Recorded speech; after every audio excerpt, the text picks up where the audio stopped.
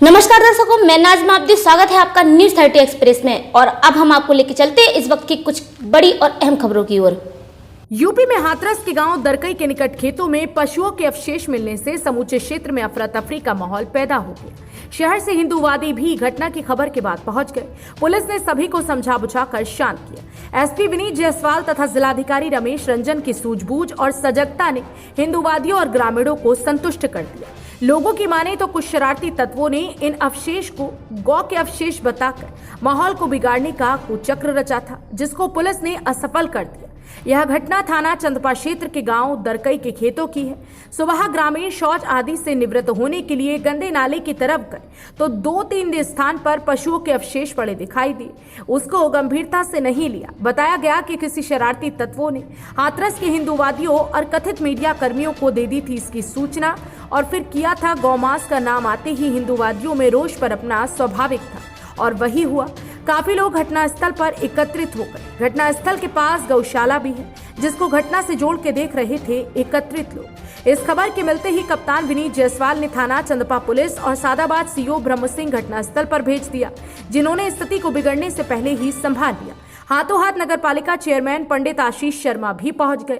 उन्होंने पुलिस से इस मामले का जल्द खुलासा करने की बात रखी तथा कप्तान से वार्ता की। वह संतुष्ट हो गए। इस सारी घटना को बहुत ही गंभीरता से लेते हुए कप्तान विनीत जायसवाल ने अज्ञात लोगों के खिलाफ रिपोर्ट दर्ज कर उनकी गिरफ्तारी के लिए टीम गठित कर दी है।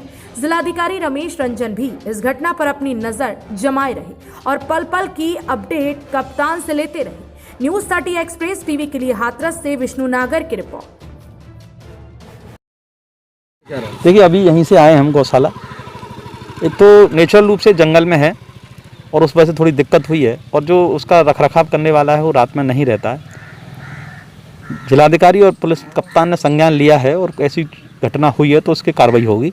मैं वहीं से आया हूँ। लोगों के बीच में आक्रोश है, लेकिन वो समझ भी रहे हैं कि कुछ अव्यवस्थाएं हैं, उनको सही करा जाएगा। उसकी बाउंड्री और सघन वृक्षारोपण के द्वारा उसको कंट्रोल किया जाएगा।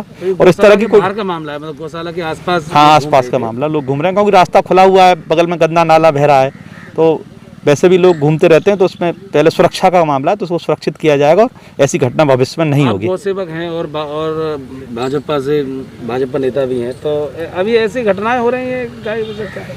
देखिए, अभी घटना पूरी तरह से स्पष्ट नहीं है। घटना खुल जाएगी। पुलिस प्रशासन मिलकर, जिलाधिकारी मिलकर इसको खोल रहे हैं। मौके पर तहसीलदार, एसडीएम, सीओ सभी मौजूद हैं और कार्रवाई होगी अगर ऐसी घटना हुई है तो। फंस गए खेत में ऐसे मौसम में, आसमान में बादल देखो लगे गरजने। ए बच्चा पार्टी, ई का गुरु बने गा रहे हो? श्यामलाल चाचा ने पेड़ की शरण ली। घायल हो जाओगे पेड़ पर गिरी अगर बिजली। नहीं तो सर छुपाने की जगह ना मिले तो क्या करे? सर छुपाने के लिए मजबूत जगह ढूंढो। कुछ ना अगर दिखे तो बन जाओ उगड़ू, बन जाओ उगड़ू। जब भी बादल की गरज सुनाई दे और आसपास कोई मजबूत छत वाली जगह न दिखाई दे तो तुरंत कान पर हाथ रखकर और एड़ियों को जोड़कर बैठ जाएं और ध्यान रखें एड़ियां जुड़ी हुई हों।